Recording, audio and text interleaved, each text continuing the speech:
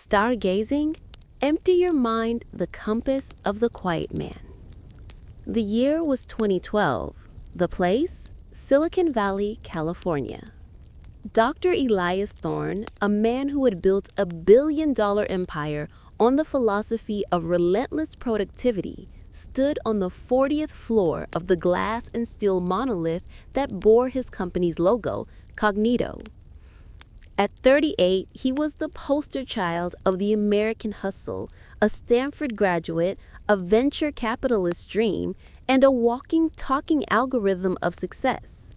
Yet, as he looked out over the sprawling landscape of innovation, his own internal landscape was crumbling. His mind, the machine that had generated his fortune, was now his prison. It was a cacophony of 24/7 Slack notifications, unread emails, market projections, personal anxieties, and the constant, deafening hum of what's next. One morning, during a critical board meeting where he was expected to finalize a $500 million acquisition, Elias froze. Not from indecision, but from sheer mental overload. He couldn't distinguish the strategic importance of the deal from the memory of an unreturned library book from college. His head felt like a browser with 1,000 open tabs, each playing a different, dissonant sound. The doctor's diagnosis was clinical: severe burnout and anxiety. The prescription, however, was revolutionary: a mandatory 3-month sabbatical with no technology, no communication, and a strict instruction to empty the vessel. Elias, the man who believed downtime was a flaw in design, was being forced to reboot. The retreat to the Redwoods. Reluctantly, Elias chose a place as far removed from his wired reality as possible: a simple, secluded cabin deep within the ancient redwoods of Northern California. The first 2 weeks were torture. He paced the cabin, his fingers twitching for a phone he didn't have. He tried to write down his groundbreaking ideas on a notepad, but the moment he sat, his mind would flood him with trivialities. Did I pay the water bill? Is my cat okay? That embarrassing thing I said in 2005. The noise was louder without the distraction of work. He tried meditation, but his brain attacked him like a hungry wolf. He tried reading, but he reread the same paragraph 10 times, the words failing to penetrate the mental static. He was trying to fight the thoughts, to force the stillness. He was treating stillness like a productivity goal. One afternoon, while hiking through a grove of trees so tall they seemed to touch the sky, he came across a solitary figure sitting on a moss-covered log.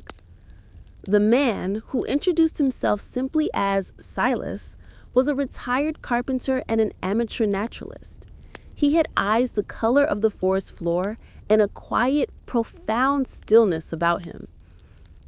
Elias, desperate for connection, launched into his tale of woe, explaining the impossibility of emptying his mind. Silas listened patiently, nodding slightly as Elias detailed the constant pressure, the thousands of decisions, the unbearable weight of his own brilliance. When Elias finally fell silent, panting slightly from the verbal exertion, Silas didn't offer a platitude or a business analogy. Instead, he pulled a small, worn, magnetic compass from his pocket and placed it on the log between them. "Look at this compass, Elias," Silas said, his voice a low rustle like leaves on stone. The needle immediately began to swing wildly. "Ah, the magnetic field of the forest must be interfering," Elias explained, reverting to his scientific training. Silas smiled. "No, I've just been shaking the log." He then lifted his hand, allowing the log to settle. They waited in absolute silence for almost a minute. Slowly, hypnotically, the red needle settled, pointing resolutely to north. The compass analogy. "Your mind is the compass, Elias," Silas finally said, picking up the device. The north is your true purpose, your best judgment, the clarity you need to run your company and live your life. It's always there. He began to shake the compass again. The needle went haywire. This shaking, he continued, is the constant information, the anxiety, the endless planning, the multitasking, the fear of missing out, the need to always be doing something. Every email, every notification, every what if, it's a shake. And when you shake it, the compass, your mind, cannot show you the right direction. Elias frowned. But how do I stop the shaking? My life is inherently complex. I'm responsible for thousands of jobs. You don't stop the world from shaking, Elias, Silas countered gently. You learn to hold the compass still. He handed the compass to Elias. The mind is not a vessel to be emptied, but a space to be quieted. You aren't trying to achieve nothingness. You're trying to achieve orientation. The practice of stillness. Over the next 6 weeks, Silas taught Elias the profound method rooted not in fighting thoughts, but in fundamentally changing the relationship to them. Acknowledge the shake, don't analyze it. When a distracting thought, an email, a meeting, a regret came up, Elias was instructed not to judge it, chase it, or dismiss it. He was to simply observe it, name it internally, that's an email shake, and then consciously return his focus to a sensory anchor, like the sound of the wind or the smell of pine. The minute of true north. Silas insisted on 5 designated minute of true north periods throughout the day. Elias was to stop whatever he was doing, mid-walk, mid-meal, mid-thought, and simply stand still, close his eyes, and dedicate 60 seconds to allowing the mental needle to settle. There was no goal but stillness. The space between stimulus and response. This was the most challenging and most rewarding lesson. Elias realized that in his professional life, there was zero space between a market movement, a stimulus, and his immediate anxious counter strategy, a response. Silas taught him to intentionally insert a 5-second pause, a mental breath, before reacting to anything.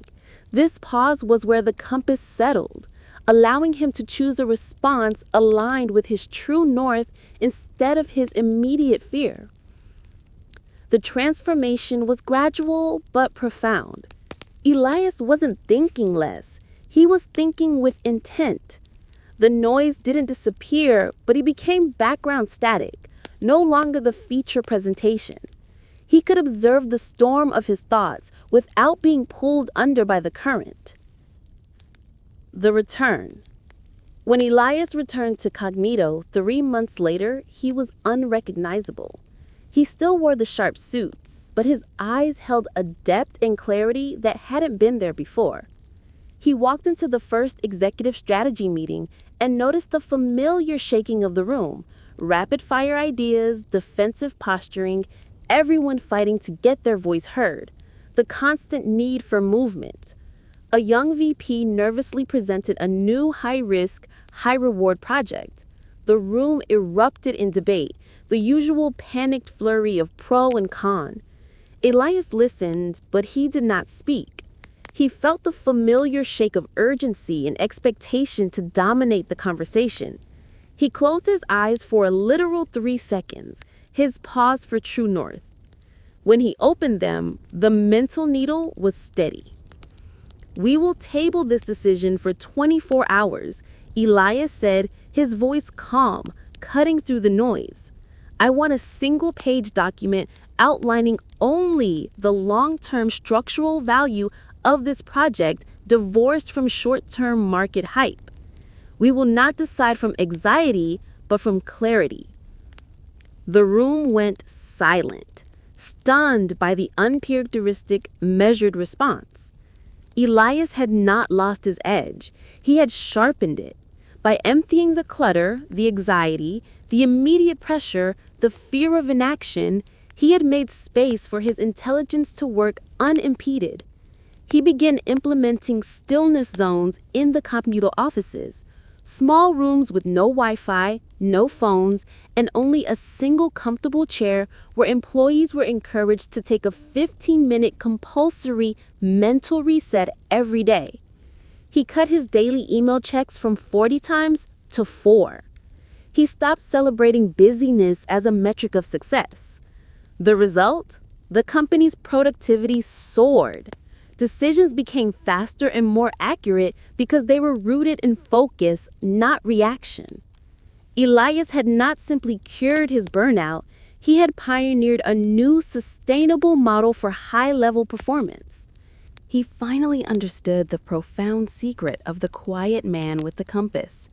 The ability to be still in the face of chaos is not a retreat from the world, it is the ultimate competitive advantage. When the world shakes your foundation, the quiet mind is the only true north you can rely on. And for Elias Thorne, the man who once had everything but peace, that quiet mind was the greatest invention of his life.